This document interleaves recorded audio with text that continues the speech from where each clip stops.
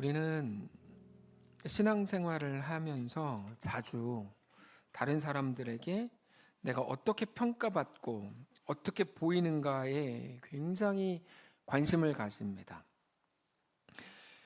이게 어디서부터 시작된 일인지는 잘 모르겠지만 이게 마치 우리 신앙에서 가장 중요한 문제인 것처럼 많은 분들이 생각을 하는 게 분명합니다. 그런데 그건 성경적으로 잘못된 생각일 뿐 아니라 신자인 우리의 삶을 매우 피폐하게 만드는 일인 게 분명합니다. 우리를 평가하는 건 사도 바울은 그것을 극단적으로 이제 경계하는데 우리를 평가하는 건 다른 사람들의 눈이 아니고 불꽃 같은 눈으로 우리를 살피시는 하나님이시라는 걸 우리가 알아야 합니다. 그가 나쁜 사람처럼 보여서 그러면 하나님도 그를 나쁜 놈으로 보는가? 그렇지 않을 겁니다. 그가 매우 경건해 보이기 때문에 하나님도 그의 어떤 말과 말투와 그의 행동에 대해 경건하게 보시는가? 그렇지 않을 겁니다. 대표적인 게 바리새인들이었죠. 바리새인들은 그 시대 모든 사람들이 범접할 수 없는 경건함에 도달했다고 스스로도 생각했고 많은 사람들이 그렇게 우러러 보았지만 하나님이신 예수님은 전혀 그렇게 말씀하시지 않고 막 온갖 욕이란 욕은 그들에게 다 퍼부으셨죠. 그래서 우리가 뭐 잘 알고 있는 그 우스갯소리라고 하기에는 너무나 사실일 것이 분명한 그 이야기. 천국에 가면 세 가지 때문에 놀랄 거다. 첫 번째는 천국이 너무 좋아서 놀랄 거고 우리가 상상하는 것 그 이상이니까. 두 번째는 저 사람이 여기 왜 있지? 우리는 그 사람이 분명히 지옥 갔을 거라고 생각하는데 저 사람이 여기 왜 있지? 그리고 또 하나는 그 사람은 어디 갔지? 예. 이게 이제 우리가 쉽게 웃을 수 없는 이유는 이게 분명한 사실일 것이기 때문에 우리가 쉽게 웃을 수 없을 텐데 바로 그런 거죠.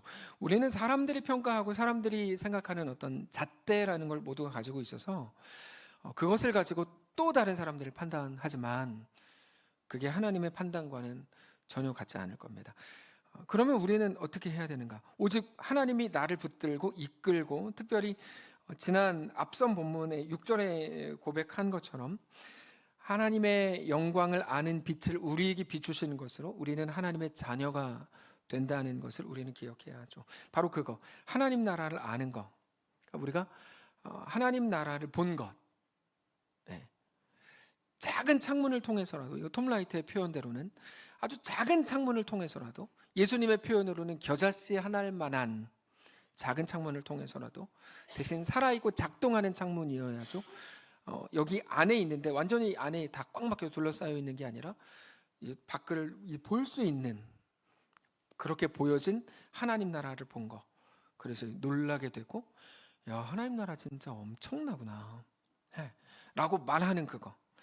그렇게 하나님 나라를 보고 알게 된 사람은 어쩔 수 없이 하나님 나라를 아는 사람으로 살게 되는데 더 율법적이거나 더 도덕적으로 산단 말이 아닙니다. 하나님 나라를 알고 보았기 때문에 어쩔 수 없이 그렇게 알게 되고 믿게 되어 살게 되는데 본 게 있고 들은 게 있으니까 아는 게 있으니까 어쩔 수 없이 그렇게 살게 됩니다. 그거를 믿음이라고 부릅니다. 그래서 기독교 신앙은 얼마나 더 뭐 규칙을 잘 지키냐, 뭐 10계명을 얼마나 더 잘 지키냐의 문제가 아닙니다. 전혀 그런 문제가 아니고 하나님이 누구신지 진짜 아느냐, 하나님이 누구시냐, 하나님 나를 누구로 부르셨냐, 그럼 내가 이 땅을 살아갈 때 하나님은 나에게 무엇을 요구하시냐를 알고 하나님을 알고 하나님이 누구신지 믿고 살아가는 거죠. 근데 그거를 오늘 본문에서 또 조금 다른 표현을 쓰는데 보배라는 표현을 써요. 오늘 본문에는 그 보배를 근데 오늘 7절을 보면 뭐라고 되어 있어요? 그 보배를 질그릇, 우리 육신이라고 하는 질그릇에 담으신다고 말씀하세요. 네. 도대체 왜 그렇게 하시는 건가? 이것만 묵상하고 오늘 말씀을 마치도록 하겠습니다. 우리는 그게 늘 이해가 안 되죠. 목사님의 설교는 왜 긴가? 이게 이해가 안 되는 게 아니고 우리가 이해가 안 되는 건 그 보배를 왜 질그릇에 담으시는가? 이게 이해가 안 됩니다. 만약에 정말 멋지고 귀한 거라면 그만큼 좋은 거에 담아야죠. 만약에 10만 원짜리 핸드폰을 5만 원짜리 케이스에 담는 사람은 별로 없을 겁니다. 근데 뭐 100만 원짜리 핸드폰을 뭐 5만 원짜리에 담을 수도 있는 거죠. 우리는 귀한 것이라면 그거를 담을 만한 좋고 튼튼하고 아름다운 곳에 담아야 한다고 생각합니다. 그렇다면 그런 논리대로라면 하나님의 행하심이 이게 말이 안 되는 거죠.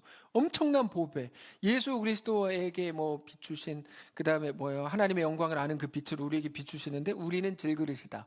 이게 이제 이해가 안 되는 겁니다.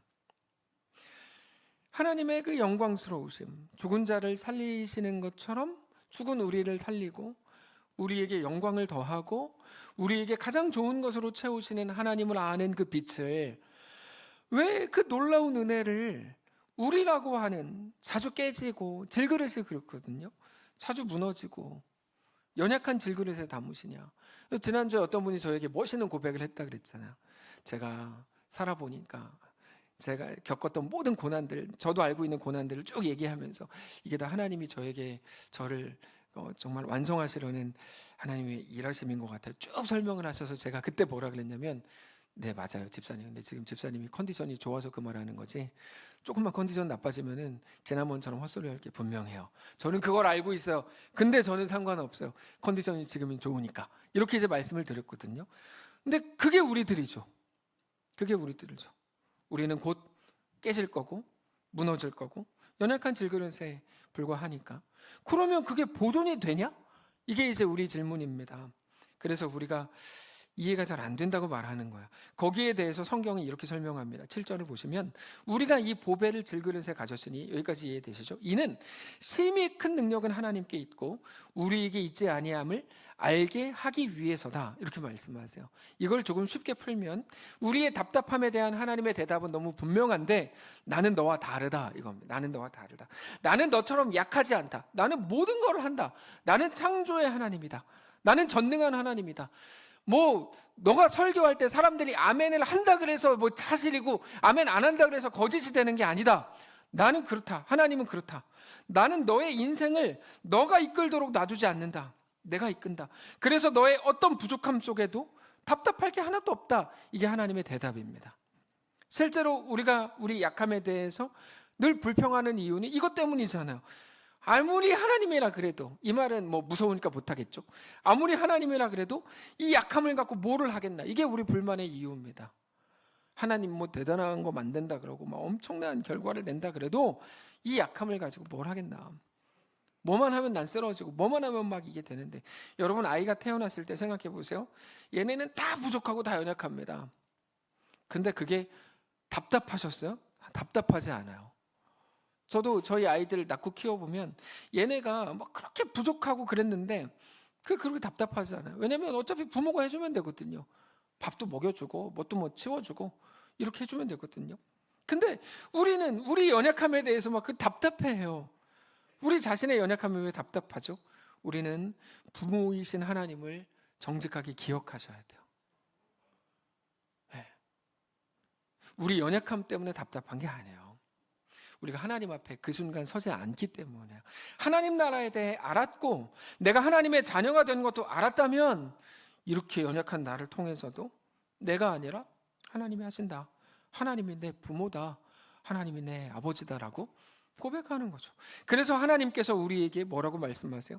심히 큰 능력은 너에게 있지 않고 하나님께 있다라고 말씀하신다는 것을 알아야 합니다. 결국 그 하나님을 믿고 신뢰하라는 거죠. 평소에는 우리가 다 할 수 있을 것 같아요. 근데 우리가 연약할 때는 그 믿음이 진짜 필요합니다. 우리는 조금만 연약해져도 금방 무너질 것 같습니다. 어떤 작은 일만 만나도 그 일 때문에 완전히 망할 것처럼 다 생각합니다. 그게 이 땅을 살아가는 모든 사람들이 가지는 두려움입니다. 고난에 대한 두려움, 정확히 말하면 공포심이죠. 근데 우리를 죽이는 건 고난이 아니고 공포심입니다. 사탄이 우리를 공격하잖아요. 무조건입니다. 두려움, 공포심으로 하는 거죠. 조금 아프고, 이게 말이 조금 쉽게 하는 건 아닙니다. 근데 불편하게 들리실 수 있지만 참고 들으세요. 우리의 고난은 사실 조금 아프고 조금 외롭고 조금 힘들고 조금 지치는 것뿐인데, 그게 마치 우리 눈앞에 딱 오면 모든 것들을 가려서 전부인 것처럼 보이고 정말 그렇게 생각이 되죠. 그래서 그거에 눌려서 완전히 아무것도 못하는 거예요. 이게 공포심입니다. 근데 사람을 죽이는 건 고난이 아니라 공포입니다. 공포. 고난을 보면서 자주 죽음과 멸망과 사망을 떠올리죠. 그게 공포가 되고 사람이 거기서 죽는 겁니다. 만약 우리가 내일 죽는다고 해도 정해졌다고 쳐요.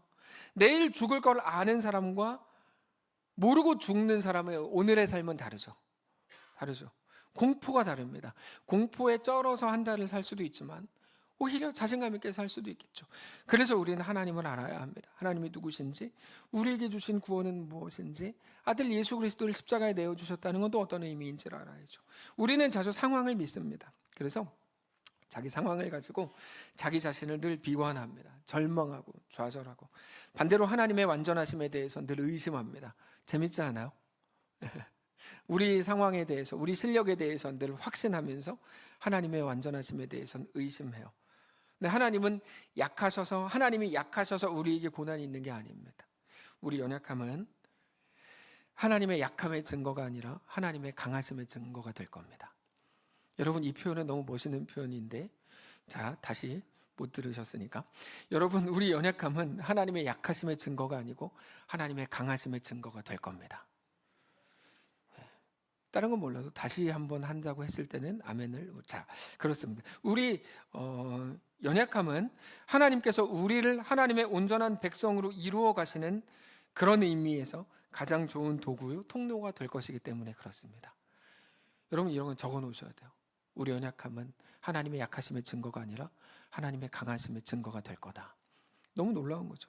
한 사람 적어요. 자, 우리의 고난의 때, 외로운 순간, 연약할 때, 부족할 때, 우리 자신이 막 마음에 들지 않는 그때 우리를 다시 한번 놀랍게 일으키고 우리를 더 겸손하게 하고 우리를 하나님의 백성으로 이끌어 가실 우리 하나님을 믿게 되시기를 주님 이름으로 축복합니다. 그게 우리에게 생겨난 엄청난 새로운 운명입니다. 그리고 그게 보배예요. 보배는 뭐냐면 새 운명입니다. 보배는 새 운명. 그러니까 오늘 본문을 다시 정리하면 새로운 운명이라는 그 보배를 연약한 우리에게 담으셔야 되는 게 맞죠. 왜냐하면 우리의 연약함은 하나님의 강하심의 증거가 될 거니까. 새로운 보배를 강함에 담지 않는 이유가 여기 있죠. 네. 그래야 우리의 질그릇인 우리가 사니까. 그래서 하나님은 예수 안에 시작된 새로운 운명이라는 보배를 우리라는 질그릇에 담으십니다. 그런데도 우리의 연약함이라는 건 우리한테나 그래서 문제가 되는 거지 하나님께는 아무런 문제가 안 됩니다. 오히려 우리가 연약할수록 우리에게 대한 하나님의 은혜는 더욱 완전하게 빛날 겁니다. 그러므로 무엇이 지혜일까요? 나는 왜 이렇게 연약하지? 어떻게 하면 사람들에게 부끄럽지 않을 수 있지가 아니고 어떤 형편과 어떤 연약한 상황 속에서도 온전히 하나님만을 신뢰하고 하나님만을 바라볼 수 있다면 그게 지혜죠.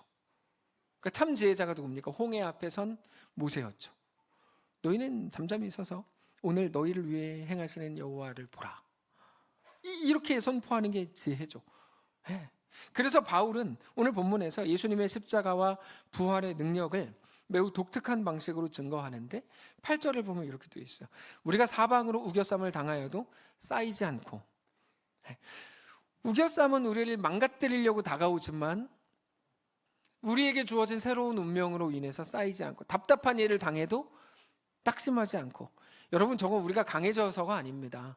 하나님 때문입니다. 9절, 박해를 받아도 버림받지 않고 거꾸러뜨림을 당하여도 망하지 않는다. 그 어떤 일들도 우리를 눌리게 하지 못하고 낙심하게 할 수 없고 예수 그리스도 안에서 버림받게 할 수 없고 망하게 할 수 없다. 그게 하나님의 능력이고 우리에게 허락된 예수의 은혜요, 우리에게 주어진 새로운 운명이다라고 말씀하시는 겁니다. 우리가 가지게 된 그 능력, 그 놀라운 영광은 오직 예수님의 죽으심을 통해서만 완성됩니다. 그거를 10절에 이렇게 말씀하세요. 우리가 항상 예수의 죽음을 몸에 짊어지면 예수의 생명이 또한 우리 몸에 나타나게 하려 함이라. 우리가 고난을 만날 때마다 승리하는 유일한 방법이 딱 하나 있는데 그건 바로 예수의 죽음을 몸에 짊어지는 거랍니다. 예수의 죽으심과 부활이 우리 속에서 매일 고백되는 것을 말하는데 그건 내가 주인 되어 살지 않고 하나님이 주인이신 삶을 사는 겁니다. 모든 현실 속에서 하나님이 누구신지 알고 믿는 자로 사는 거죠. 그러면 예수의 죽음을 통해서 온 세상을 구원하신 하나님의 은혜가 우리를 사로잡습니다.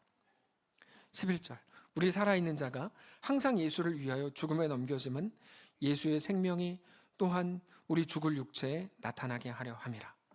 그리고 예수를 위한 고난이라는 거가 뭐냐? 예수의 길로 걷는 겁니다. 예수님의 길은 뭐냐? 십자가를 말합니다. 우리를 위해 이 땅에 오셨고 우리를 위해 십자가에서 기꺼이 죽으신 예수님의 그 길과 같은 길을 걷는 거. 한마디로 하면 섬김입니다.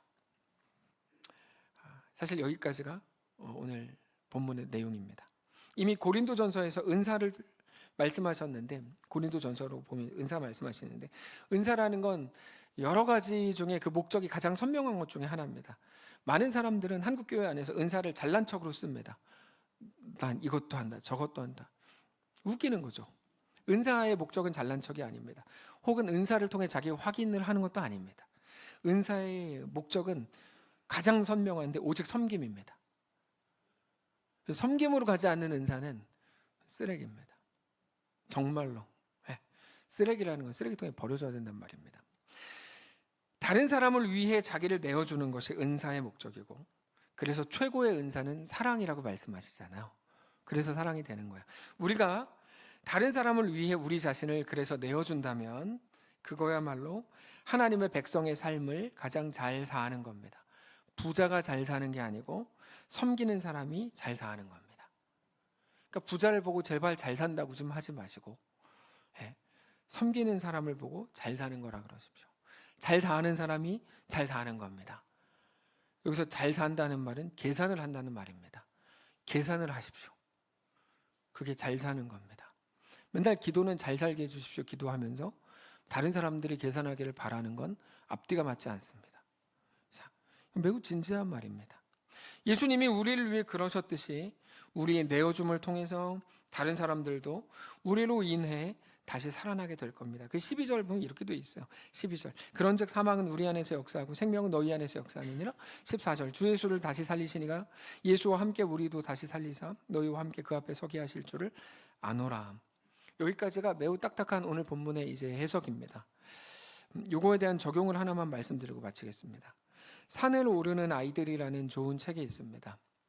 자폐아들을 키워내는 그런 이야기들을 쭉 적은 작은 책인데 감동이 있는 책이었어요. 그 책을 추천하는 글에 이렇게 써 있었어요. 하나님이 주신 사명은 참 다양합니다. 믿어지지 않을 정도로 특별한 것이어서 받아들이기 힘든 때도 있습니다.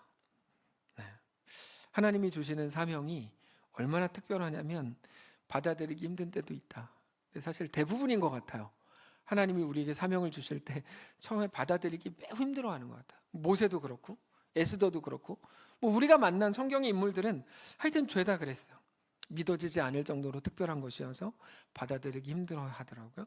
한 영혼을 향한 사명일 때 더욱 그렇습니다. 주님은 한 영혼이 천하보다 귀하다고 말씀하셨습니다.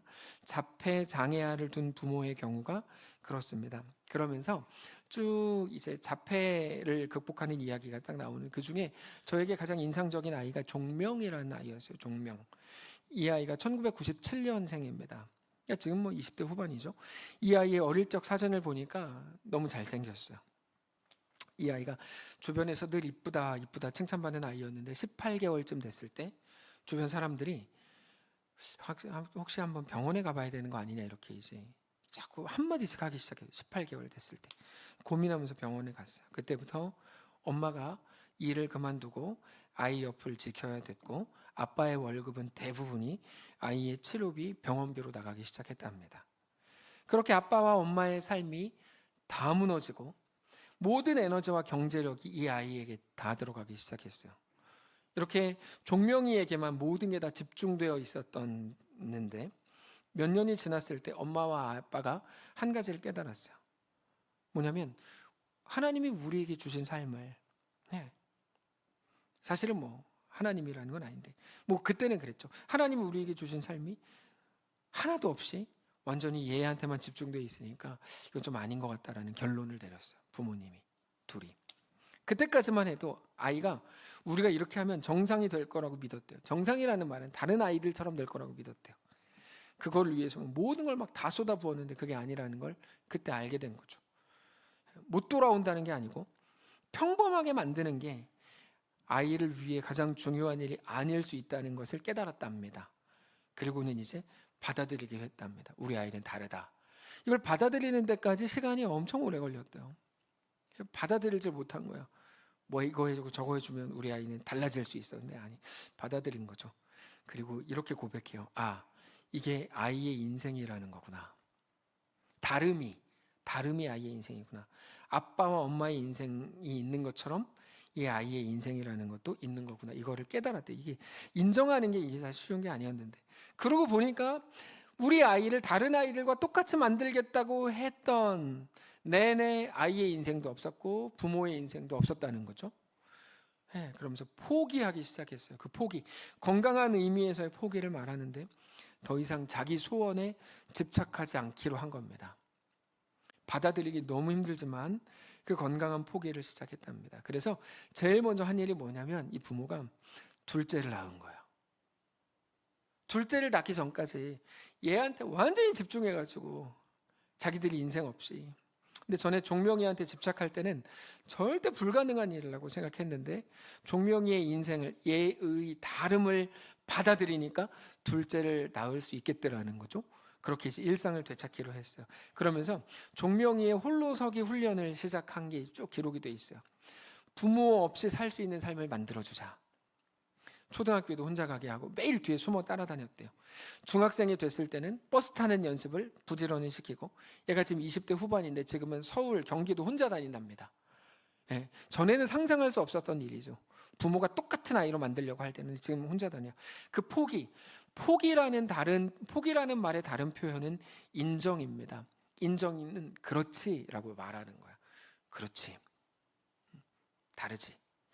포기하지 않으면 인정이 안 되는데, 근데 그들은 아이를 있는 그대로로 인정해 주기로 한 거죠. 그래, 너는 그렇지. 그게 너지. 너는 왜 그 모양이야? 라고 말하는 게 사실 말이 안 돼요. 그런 게 어디 있어요? 라고 이제 그 책에 말하는 거야. 그런 거 있어요. 걔가 그런 건데. 이렇게 보면 한국 사회가 갑자기 막 열이 오르네. 한국 사회가 우리를 얼마나 많이 이렇게 똑같은 모습으로. 그래서 보면 옷도 비슷하게 입었잖아요. 요즘에 중학생들 얘네 불쌍해 죽겠어요. 나가면 다 까망색, 위아래 다 까망색. 왜 이러는지 모르. 자, 넘어가겠습니다. 저희 집에도 이제 있는 아이들이라서. 근데 그게 너무 불쌍한 거죠. 여기 중학교 선생님 계시죠? 걔 다 까망색 아닌가요? 그런 거죠. 근데 얘네를 있는 그대로 그냥 인정해 주는 거. 근데 그게 가장 건강한 관계로 나아가게 하는 거더라. 그래서 자기가 부모가 원하는 모습으로 아이들을 바꾸려 할 때는 아무것도 바꿀 수 없더라. 그러나 각자의 모습을 인정해 주기로 할 때, 그 건강한 포기가 내 속에서 이루어질 때 비로소 건강하고 행복한 모습으로 바뀌더라. 이런 내용이었어요. 근데 이게 언제부터 시작됐는가? 이 엄마가 하나님을 안 믿던 사람이었는데 하나님을 만나는 순간이 있었어요. 얘가 자폐라서 얘를 받아주는 유치원이 없었답니다. 그때 당시. 근데 어떤 교회에서 운영하는 유치원에서만 얘를 받아주기에 했다는 거예요. 대신에 엄마나 아빠 둘 중 한 명도 교회를 다녀야 됩니다. 이게 조건이었어요. 서울에 있는 소망교회인데 엄청 큰 교회입니다. 그래서 그곳에 가서 하나님을 만나고 세례를 받게 됐는데, 세례 받을 때 같이 자기를 소개하고 온 교인이 엉엉 울었답니다. 근데 그게 하나님의 백성의 삶의 능력인데, 하나님이 함께 하신다는 믿음이 있으니까 포기가 되더라는 거죠. 여러분, 이거는 되게 중요한 시금석입니다. 포기야말로 그리스도인들이 가지는 가장 큰 선명한 특징 중에 하나입니다. 포기야말로. 포기는 우리에게 있어서 정말 큰 능력이 됩니다. 그 어떤 치료비와 어떤 노력들, 다 일반 아이들과 똑같은 모습으로 만들려는 집착들이 사라지는 순간, 그 포기가 되는 순간 가장 건강한 아이로 세워가게 되더라. 참 특별한 아이라는 생각이 듭니다. 물론 쉽게 하는 말은 아니죠. 그 아이를 부모가 마음으로 받아들이는 게 얼마나 어려운 일이었을까요? 그럼에도 그 특별한 아이를 가장 건강하고 가장 존귀하게 만들어주는 일을 그 어머니가 한 거죠. 인정해주는 거. 그 아이의 인생이라고 해주는 거. 너의 인생이야. 근데 너에게도 나의 아버지인 하나님이 너의 아버지야. 라고 말해준다면 그건 그 아이에게 정말 가장 큰 보가 아니에요. 부모가 정말 그렇게 말해준다면, 야, 너 교회에서 부끄러운 짓 하지 마. 엄마가 그래도 뭐 뭔데. 이렇게 안 하고 엄마 아빠가 그래, 그게 너의 인생이야. 근데 너의 아버지는 하나님이셔. 인정과 포기라는 말은 단순하지만 그렇게 하기로 한 후부터 감내해야 될 일들이 산적해 있는 거죠. 우리는 하나의 결과만 보고 막 박수치고, 와, 그분 대단해. 그분들에게는 매일같이 견뎌야 되고 아파야 되고 괴로워야 되고 똑같은 말들을 계속 들어야 되는 날들이 있는 거죠. 그래서 자폐 아들의 이야기를 쭉 읽으면서 그분들의 긴 고통이 느껴졌고, 그러면서 그 삶이 점점 예수님을 닮은 존귀한 삶이 되어 갔다는 것을 알게 됐어요. 보배를 왜 질그릇에 담으실까요? 하나만 이야기 더 소개하면, 준환이라는 아이가 있었습니다. 준환이를 키우려면 이 엄마가 이제 교사였는데 교사를 그만뒀어요. 그렇게 올인해서 키우는데도 너무 힘들어요. 준환이가 4살쯤 됐을 때 준환이를 보는 게 너무 힘들고 마음이 아파서 하나님께 기도했어요. 하나님, 저는 이 아이를 감당할 자신이 없습니다. 고쳐주시든지 죽여주십시오. 이게 기도 제목이었어요. 그래서 계속 기도했어요. 그리고 나서 얼마 안 지났는데 준환이가 기도 응답이었는지 공원 연못에 빠져가지고 죽을 뻔한 일이 있었습니다. 그때 구사일생으로 간신히 건지고 살았는데, 그때 엄마가 이렇게 기도했대요. 주님, 준환이가 세상에 없다면 못 살 것 같아요. 얘가 이제 죽을 뻔한 상황이 되니까. 그러면서 제가 죽여달라고 기도했던 거 회개할게요 막 기도했대요. 그리고 고백이 바뀌었어요. 너가 건강하고 예쁘게 살아있는 것만으로도 감사하게 됐다. 이게 이제 그분의 글이에요. 너가 엄마에게 얼마나 소중한 존재인지 깨닫게 된 거야. 엄마는 그때부터 다시는 이런 어리석은 기도는 하지 않았어. 대신에 소중한 준환이를 정말 잘 키울 수 있게 해달라고 기도하기 시작했어. 그럼 마지막에 이렇게 했어요. 엄마는 너를 지으시고 사랑하신 하나님께서 생각하고 생각하다가 너를 엄마 아빠에게 보낸 거라고 믿어. 하나님만 의지하는 복된 길로 가게 하기 위해서 너가 엄마 아빠에게 꼭 필요한 선물이었다는 것을 깨닫게 된 거지. 엄마는 이제 너를 통해 참 사랑을 더 알아가고 배워가는 중이란다. 여러분, 우리가 고백이 하나님 왜 우리 집에 하필이면 이 하필이면 사실 못된 말이거든요. 이게 신앙적으로 2가지 못된 말이 있어요. 하필이면, 기왕이면, 이 2개가 이제 엄청 못된 말들인데 왜 하필이면 이런 거 있잖아요. 그렇게 말하지 않고 하나님만 의지하는 복된 길로 엄마 아빠를 가게 하기 위해 우리에게 너가 꼭 필요한 선물이었다는 것을 깨닫게 되는 거야. 이제 엄마는 너를 통해 참 사랑을 알아가고 배워가는 중이란다. 여러분, 우리가 진짜 잘 생각해야 됩니다. 하나님이 우리에게 무엇을 요구하시고 이 상황에서 무엇을 원하시고, 하나님은 누구시고 우리는 어떤 존재이고 우리에게 무엇을 도전하시는지 여러분, 우리가 진짜 정직하게 잘 알아야 됩니다. 아무것도 모르는 사람처럼 저 집은 저렇게 잘 나가는데 저 집은 저렇게 애들도 착하고 말 잘 듣는데 걔네를 키워보세요. 걔네가 말 잘 듣나. 근데 그럼 우리 집만 왜 이런 거야 라고 말하는 그 얕음과 가벼움에서 우리는 벗어나야 됩니다. 그분이 이렇게 썼어요. 조건 없이 주기만 하는 사랑, 낭비하는 사랑, 온유하고 오래 참고 온유한 사랑, 있는 모습 그대로를 사랑하는 따뜻한 사랑, 모든 거를 다 주고도 더 주고 싶은 그 바보 같은 사랑, 그 예수님의 사랑을 너를 통해 하나님이 우리에게 가르쳐 주시는 거죠. 이 글을 읽는데 어떻게 사람이 이렇게 깊을 수 있을까 이런 생각을 했어요. 진짜 깊다. 진짜 멋있다. 너무 깊다. 어떻게 이렇게 깊고 예수님을 그대로 닮을 수 있었을까? 이분이 뒤에다가 이렇게 썼어요. 사건 사고 없는 평범한 하루가 얼마나 감사하고 기적 같은 일인지도 알게 됐고, 너를 통해 주어진 많은 감사들을 발견해가는 기쁨을 맛보며 사랑하게 된 아름다운 사람들 때문에 감동하며 이 우리의 삶 속에 베풀어 주신 하나님의 은혜 때문에 감사하단다. 오늘이라는 선물 속에 감사를 가르쳐주고 작은 것에 감사할 수 있는 행복의 비밀을 깨닫게 해준 특별한 아들 덕분에 엄마는 지금 행복하단다. 사랑한다. 고마운 아들 김준환. 이렇게 썼어요. 네. 여러분, 이 모든 게 어떻게 쉬운 고백이고 어떻게 쉬운 말이겠습니까? 하루하루 흘렸을 눈물이 정말 헤아려집니다. 네. 얼마 전에 아침 경건에 때 나누었는데 부자와 나사로 본문이 나왔습니다. 부자는 부자였고 나사로는 거지였습니다. 그렇게 살다가 부자는 지옥에 갔고 나사로는 천국에 갑니다. 나사로가 성경에 여기까지만 써 있는데 나사로가 어떻게 하나님 나라에 들어가는 인생이 됐을까? 그 이유를 나사로의 상황으로 그저 상상할 수 있게 만든다고 말씀드렸어요. 나사로의 가난, 그 고생과 고난과 고통이 그를 그렇게 거룩하고 비범한 사람으로 만들었을 게 분명하다. 그렇게 말씀드렸어요. 그래서 앞에는 가난이라고 나온 그 단어가 뒤에는 괴로움과 고생인가 고난 이렇게 이제 번역이 돼서 표현을 다르게 했다고 말씀을 드렸는데, 자폐아들의 부모들은 하나같이 평범한 사람들이었습니다. 힘들면 지치고 짜증나고 화내고 그냥 포기해버리려고 하고 그만두고 싶고. 근데 여러분, 이거 쉬운 말은 아닙니다. 그러나 그런 특별한 아이들을 선물 받은 후에 부모들이 시간이 지나면서 점점 비범해지더라는 것을 발견하는 거죠. 그게 오늘 본문입니다. 오늘 본문의 내용이 정확히 그 내용이에요. 하나님은 세상이 이기지 못하는 새로운 사람으로 우리를 만드시기로 작정했다.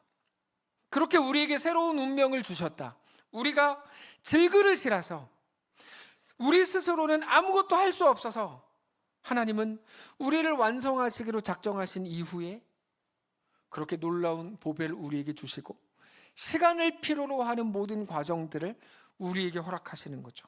우리는 스스로 완벽해지고 싶습니다. 그러나 그 모든 것을 다 가진다고 해도, 우리가 기도하는 모든 게 다 이루어진다고 해도 우린 절대 완벽해지지 않습니다. 오히려 더 못난이가 되겠죠. 정말로 이것도 이루어 주십시오, 저것도 해주, 다 되면 우리는 100% 못난이가 되겠죠. 네. 오직 하나님만 우리를 온전하게 완성하실 겁니다. 그래서 그 보배를 우리라는 질그릇에 담으십니다. 말씀을 정리할게요. 하나님은 우리를 어디로 이끄실까요? 어떻게 이끄실까요? 우리가 무엇을 어떻게 하기를 원하실까요? 하나님의 말씀에 순종하기 위해 감수해야 될 것들이 많이 있으실 겁니다. 희생해야 될 수도 있고 헌신이 필요할지도 모르죠. 고생스러울지도 모르고 부담스러울지도 몰라요. 다만 우리를 가장 아름답고 가장 완전하게 이끄실 것을 믿으시기 바랍니다. 우리는 지금 그 일이 나에게 왜 일어났냐고 따지지만, 하루빨리 없애라고 하나님을 협박하지만,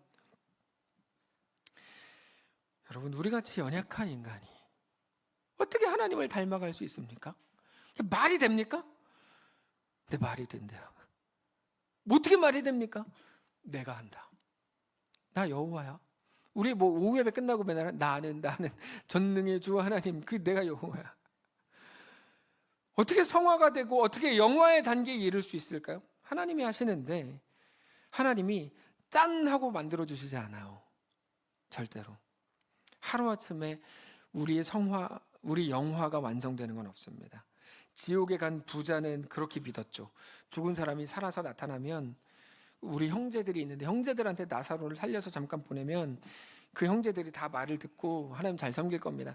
그거는 부자의 생각이었을 뿐이에요. 아브라함이 뭐라 그래요? 야, 그럴 일은 없다. 기적이 나타나고 환상을 보고, 야, 그래서 변화된다고? 그럴 일은 없다. 모세와 선지자들에게 들어야 된다.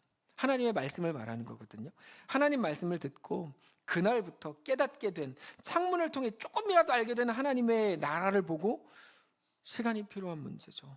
훈련을 통해서, 수많은 연습을 통해서 우리는 그러나 분명히 예수 닮은 자들로 세워져 갈 것입니다. 어떻게 확신해요? 내가 이렇게 질그릇 같은데 우리 주님이 그렇게 하시겠다고 약속하셨어요. 로마서 8장 모든 것이 합력하여 선을 이루도록 하겠다고 약속하셨어요. 우리 모든 고난과 시간은 그러므로 오늘 우리를 깊어지게 할 겁니다. 근데 그것도 어쩌다가 아니라 예수 그리스도 안에서, 하나님의 가장 완전한 계획 안에서 그렇게 완성되어 갈 것을 믿으시기 바랍니다. 성도 여러분, 우리는 오늘도 깊어지고 있는 중입니다. 그래서 15절을 함께 읽고 마치겠습니다. 15절 시작. 이는 모든 것이 너희를 위함이니 많은 사람의 감사로 말미암아 은혜가 더하여 넘쳐서 하나님께 영광을 돌리게 하려 함이라. 여러분, 이 모든 것은 우리를 위함입니다. 우리를 자녀 삼으시기 위한 하나님의 행하심입니다. 하나님의 뜻을 알지 못하는 우리는 그저 원망이 전부겠죠. 그래서 모든 일들 앞에서 하나님 앞에 서셔야 합니다. 그 하나님의 완전하심이 오늘도 여전히 우리의 자신감이 되는 거룩한 날 되시기를 주님의 이름으로 축복합니다. 찬양합시다. 하나님의 부르심에는 결코 후회하심이 없네. 하나님의 부르심에는 후회하심이 없네. 내가 이 자리에 선 것도 주의 부르심이라. 하나님의 부르심에는 결코 실수가 없네. 나를 부르신 하나님, 독백하듯이 천천히 다시 한번 고백합시다. 하나님의 부르심에는 후회하심이 없네. 하나님의 부르심에는 후회하심이 없네. 내가 이 자리에 서 있는 것도 내 인생이 이런 것도 주의 부르심이라. 주의 부르심이라. 하나님의 부르심 결코 실수가 없네. 실수가 없네. 나를 부르신 하나님의 신실하심을 믿네. 하나님의 신실하심을 다시 한번 합시다. 믿네. 하나님의 부르심에는 후회하심이 없네. 하나님의 부르심에는 후회하심이 없네. 내가 이 자리에 선 것도 주의 부르심이라.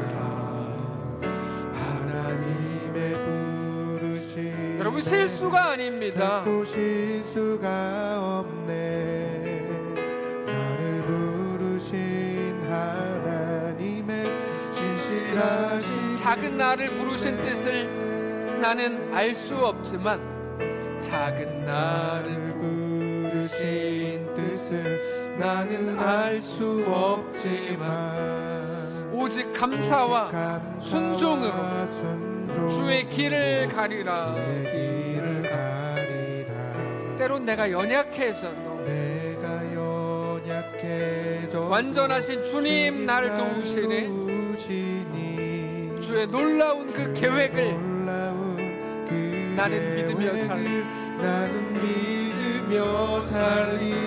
날 부르신 뜻, 날 부르신 뜻 내 생각보다 크고 날 향한 계획 나의 지혜로 측량 못하나 가장 좋은 길로 가장 완전한 길로 오늘도 날 이끄시. 우리 눈 감고 고백합니다.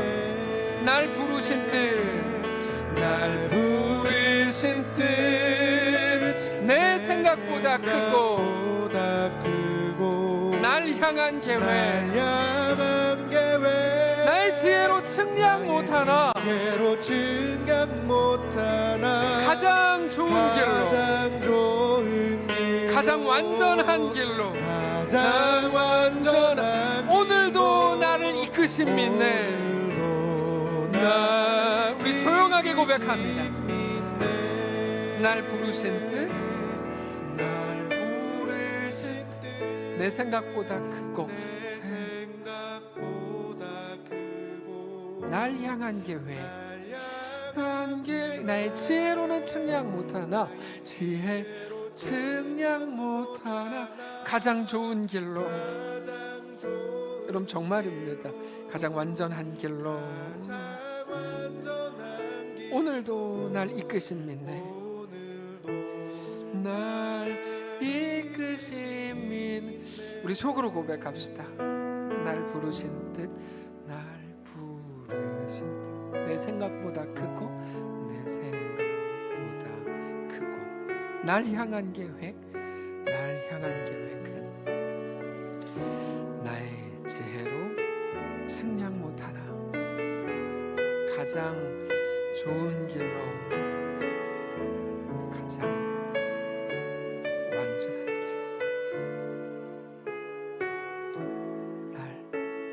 이끄심 믿네. 다시 한번 속으로 우리 고백할까요? 날 부르신 때 내 생각보다 크고 날 향한 계획 나의 지혜로 증명 못하나 가장 좋은 길 가장 완전한 길로 오늘도 날 이끄심 믿네. 하나님, 매일의 고민이었고 불만이었습니다. 아니, 오늘 아침까지도 그랬습니다. 이게 뭡니까? 그 보배를 왜 질그릇에 담습니까? 왜 나를 이 모양 이 꼴 이 질그릇으로 놔둬서 하나님조차 가치 없는 것처럼 만듭니까? 나를 좀 바꿔주십시오. 상황을 좀 좋게 해주십시오. 이 문제를 좀 해결해 주십시오. 질그릇이 아닌 게 되게 해주십시오 라고 따지는 게 우리 매일의 하나님 앞에서의 질문이었는지도 모릅니다. 하나님, 우리에게 대한 하나님의 약속을 오늘 다시금 생각하고 고백합니다. 바라봅니다. 이는 모든 것이 너희를 위함이니 많은 사람의 감사로 말미암아 은혜가 더하여 넘쳐서 하나님께 영광을 돌리게 하려 함이라. 하나님, 다만 지금 여러 가지 힘겨운 길을 걷고 있는 하나님의 백성들에게 오늘의 말씀이 들리게 하시고, 그래서 이게 뭐고 원리가 어떻고, 아니요, 하나님이 누구신지 깨닫게 하시고, 하나님의 완전하심이 오늘 우리를 감싸 안는 놀라운 역사가 우리 속에 시작되게 하시옵소서. 사형 선고를 받은 것 같은 힘겨움과 어려움과 두려움과 떨림과 공포심 가운데 있는, 그러나 사랑하는 하나님의 백성들을 주는 위로하시고, 세상이 선언하는 어떤 것과도 비교할 수 없는 하나님의 완전하신 은혜가 우리를 감싸고, 그렇게 세상의 좋아짐 때문이 아니라 하나님 때문에 이 땅을 내가 살 수 있겠구나, 괜찮구나, 하나님은 완전하시구나, 내 아버지시구나, 하나님으로 인해 새로운 길을 걷게 되는, 새로운 세상을 보고 새로운 소망 가운데 사로잡히는 사랑하는 모든 성도들을 다 되게 하시옵소서. 그렇게 신실하신 살아계신 우리 주 예수님의 이름으로 축복하며 기도합니다. 아멘. 이제는 우리 구주 예수 그리스도의 은혜와 하나님 아버지의 다함없는 사랑과 성령의 교통인도 역사 위로 함께 하시는 은사가 이 시간 주를 바라보며 예수 안에 허락된 그 길을 믿음으로 담대히 복되게 걷기를 소원하는 사랑하는 모든 성도들 머리머리 위에 더 이상 내 환경과 상황에 매이지 않기로 결정하는 사랑하는 모든 성도들과 그들의 자녀들 위해 그들의 생업과 그들의 건강과 사랑하는 이 교회 위에 이제로부터 영원까지 함께 계실지어다. 아멘.